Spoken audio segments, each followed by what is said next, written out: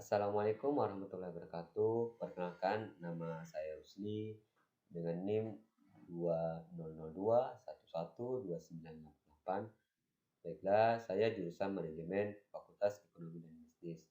Di sini saya akan mempresentasikan suatu tugas yang diberikan oleh dosen saya dengan judul presentasi saya yaitu mengenai capacity planning. Nah, sebelum kita lebih lanjut, ada kalanya kita mengetahui sih apa itu capacity planning. Nah, di capacity planning ini menurut Hamilton, Maher, dan Salto adalah kapasitas merupakan ukuran dari kemampuan proses produksi dalam mengubah sumber daya yang dimiliki menjadi suatu produk atau jasa yang akan digunakan oleh konsumen. Berdasarkan statement on management accounting mengenai measuring the cost of capacity mendefinisikan sebagai potensi dari kegiatan produksi dalam menciptakan potensi nilai. Di sini kita menyimpulkan bahwa kapasitas itu merupakan sumber daya yang dimiliki oleh perusahaan yang digunakan untuk menciptakan suatu nilai ditambah di dalam prosesnya untuk menghasilkan produk atau jasa. Nah, dan slide selanjutnya mengenai pengertian kapasitas mempunyai 3 perspektif. Yang pertama itu mengenai kapasitas desain. Nah, kapasitas desain ini menunjukkan output maksimal pada kondisi ideal di mana tidak terdapat konflik penjadwalan, tidak ada produk yang cacat, dan perawatan yang rutin. Nah, yang selanjutnya itu mengenai kapasitas efektif. Nah, kapasitas efektif ini menunjukkan output maksimal pada tingkat operasi tertentu. Pada umumnya, kapasitas efektif lebih rendah daripada kapasitas desain. Nah, yang selanjutnya itu mengenai kapasitas aktual. Nah, kapasitas aktual ini menunjukkan output nyata yang dapat dihasilkan oleh fasilitas produksi. Kapasitas aktual sedapat mungkin harus diusahakan sama dengan kapasitas efektif. Nah, yang selanjutnya itu pendekatan tradisional dalam melakukan pengukuran dan manajemen kapasitas. Itu terdiri atas 5. Nah, yang pertama itu mengenai kapasitas teoritas. Nah, di kapasitas teoritas ini atau theoretical capacity adalah kemampuan maksimum untuk menghasilkan tanpa menghiraukan perlunya menyesuaikan bagi perawatan preventif, kerusakan tidak terencana, pemberhentian proses, dan sebagainya. Itu menurut Cooper and Kaplan. Nah, yang kedua itu kapasitas praktis. Kapasitas praktis ini yaitu kapasitas teoritas yang disesuaikan dengan menghitungkan keadaan non-produktif yang tidak terhindarkan seperti setup, pemeliharaan, dan kerusakan.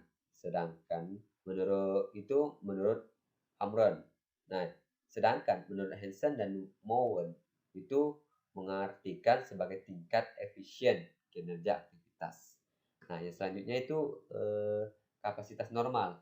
Nah, di kapasitas normal ini ataupun normal capacity itu level dari utilitas kapasitas yang dapat memenuhi permintaan rata-rata konsumen dalam beberapa periode. Nah, yang selanjutnya itu mengenai kapasitas anggaran tahunan. Nah, di kapasitas anggaran tahunan ini atau budgeted capacity itu harapan dari pihak manajemen terhadap level dari suatu utilitas kapasitas dalam periode anggaran tertentu, di mana biasanya dalam 1 tahun. Nah, yang selanjutnya itu yang terakhir kapasitas aktual. Nah, kapasitas aktual ini adalah jurnal utilisasi kapasitas yang benar-benar terpakai dalam periode. Nah, yang selanjutnya itu berdasarkan perencanaan kapasitas itu dibagi beberapa. Yang pertama itu jangka pendek. Nah, Jangka pendek ini perencanaan kapasitas yang kurang dari 3 bulan, dikaitkan pada proses penjadwalan harian ataupun mingguan dan menyangkut pembuatan penyesuaian-penyesuaian untuk menghapus varians antara keluaran yang direncanakan ataupun keluaran yang direncanakan dan keluaran nyata. Nah, selanjutnya itu mengenai jangka menengah. Di jangka menengah itu perencanaan kapasitas jangka menengah itu rencana bulanan atau kuartalan untuk 3 sampai 36 bulan yang akan datang. Nah, dan selanjutnya itu mengenai jangka panjang. Nah, di jangka panjang ini itu lebih dari 3 tahun, di mana sumber daya produktif memakan waktu lama untuk memperoleh atau menyelesaikan seperti bangunan, peralatan, ataupun fasilitas. Mengenai tujuan dari perencanaan kapasitas produksi. Nah, yang pertama itu meramalkan permintaan produksi yang ditanyakan dalam jumlah produk sebagai fungsi dari waktu. Dan selanjutnya itu menetapkan jumlah saat pemesanan bahan baku serta komponen secara ekonomis dan terpadu. Nah, yang selanjutnya itu mengenai menetapkan keseimbangan antara kebutuhan produksi, teknik pemenuhan peserta, serta memonitor tingkat persediaan produk jadi setiap saat. Nah, membandingkan dengan rencana persediaan dan melakukan revisi atas rencana produksi yang ditentukan. Dan selanjutnya itu membuat jadwal produksi penugasan, pembebanan mesin dan tenaga kerja yang terperinci sesuai dengan ketersediaan kapasitas dan fluktuasi permintaan pada suatu periode tertentu. Mengenai strategi perencanaan kapasitas. Nah, di sini ada beberapa. Yang pertama itu mengenai capability led strategi. Nah, ini merupakan suatu strategi pengembangan kapasitas yang bersifat agresif dan dimaksudkan untuk mengantisipasi pertumbuhan permintaan di masa yang akan datang. Strategi itu diharapkan mampu menampung akses permintaan yang tidak dapat dipenuhi oleh pesaing karena keterbatasan kapasitasnya, ataupun untuk segera mengambil manfaat dari pasar yang tumbuh dengan cepat. Yang selanjutnya itu mengenai capability led strategi. Nah, adalah suatu strategi pengembangan kapasitas yang bersifat konservatif, di mana peningkatan kapasitas dilakukan setelah terjadi peningkatan permintaan pasar. Strategi ini bermaksud untuk memaksimalkan masalah ekonomi inovasi, untuk masalah ekonomi investasi maksudnya.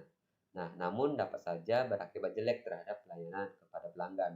Pelanggan yang tidak terlayani dapat saja pindah ke perusahaan saingan kita. Yang selanjutnya itu tentang average capacity strategi.